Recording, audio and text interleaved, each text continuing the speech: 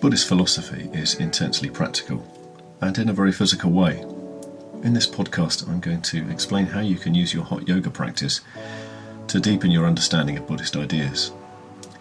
And we'll start with Buddha's invitation for free thinking. The Kalama Sutta relates a discussion between the Buddha and some of the peoples in a district of northeast India. In it, the Buddha encourages them to think for themselves in a reasonable way. And what follows isn't a translation. For some reason, translations tend to use a kind of biblical language. I've opted for a more contemporary presentation. So it goes something like, do not believe something just because you keep hearing it, or just because it's tradition, or if really it's just a rumour, or just because it's in a scripture.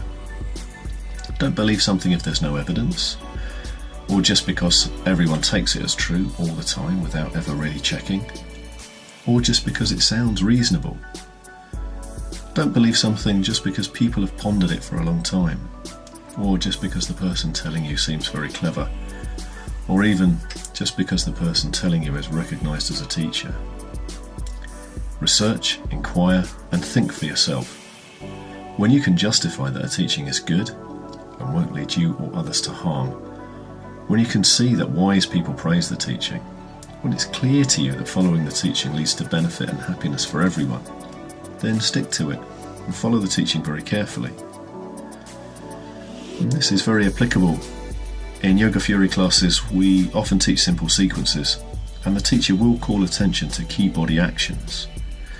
So follow as closely as you can, and of course never hesitate to ask questions if you need to. And ask yourself, do you agree with the body action descriptions? If you follow carefully, do you feel more stable? Can you open your body? Over time, as classes come and go, are you stronger? Can you breathe more easily? People often report very big changes, and I think the secret is to stay present, stay with what the teacher is saying, and use your own spirit of free inquiry.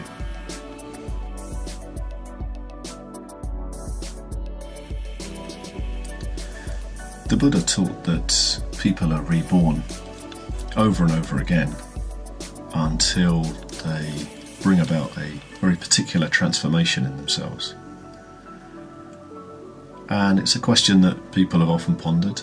Do we have a soul? Are we reborn? Perhaps surprisingly, I think a hot yoga practice can help inform on this. But it's such a big topic, we just need to take a bit of a step back and look more generally at what it is that we're rebirthing all the time. So we come to class after class and we'll repeat the postures over and over again in an effort to get them just right. Or put another way, we're often repeating the same mistakes, and it takes quite a long time to spot it and change ourselves. So doing things wrong without even noticing is a bit like a default, and it's what we do and carry on doing until we spot the error or somebody points it out. And this kind of unconscious action, this unedited repetition of the same old, is this concept of samsara. Until we actively notice and change ourselves, we'll keep living the same kind of life, just like we keep practicing the same postures in the same way. The Buddha went as far as to say that it's not just the same kind of life, but in fact life after life after life. Yoga Fury hot yoga teachers in particular will explain the details of what you're doing in class. And so again, tune in, use your free thinking and reflect. Getting things not quite right really is a golden opportunity every time we spot it, because it's from this that we have a start point to do things differently.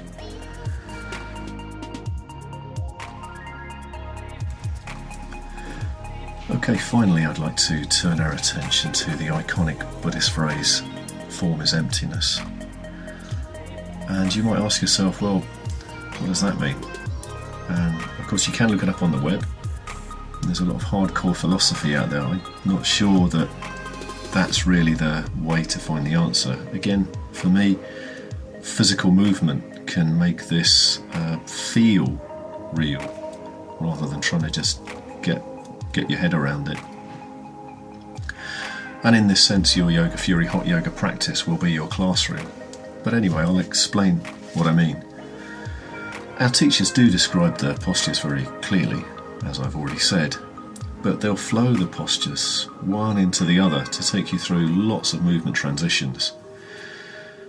And the final pose can seem very important, but of course so is the way that we move into it and out of it, because we'll be looking for alignment and support through the body all the time. In the end, I think we conclude that every point in the movement chain is just as important as the final pose. You could also say that there isn't really a final pose anyway, because the whole series just flows and flows and flows.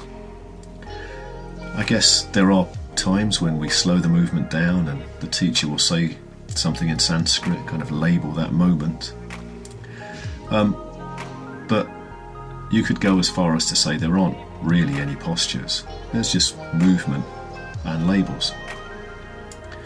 So if you can see where I'm going with this, form, which in this example is postures, is empty. There aren't really any poses. It's just this continuous movement with a few pauses here and there. In this way, we play with emptiness every time we practice here at Yoga Fury. We'll build up a body shape as if it was separate from all the movements before it and after it, and then we'll destroy the shape and move into another to remind ourselves that there are no fixed and independent things, really. I'll leave you to think about the opposite side of that equation. We've seen how form is emptiness. Why don't you have a think about how emptiness can be form? And of course that one can properly cook one's noodle. Anyway, thanks for listening.